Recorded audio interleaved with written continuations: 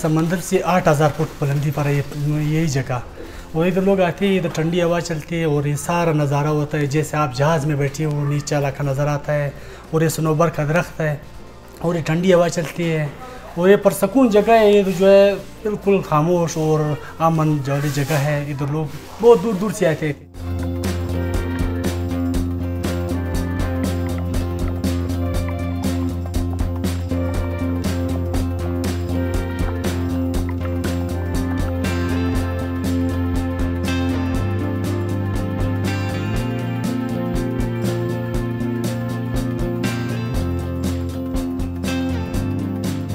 यहाँ पर जो है ना लोग टूरिस्ट के लिए रहते हैं।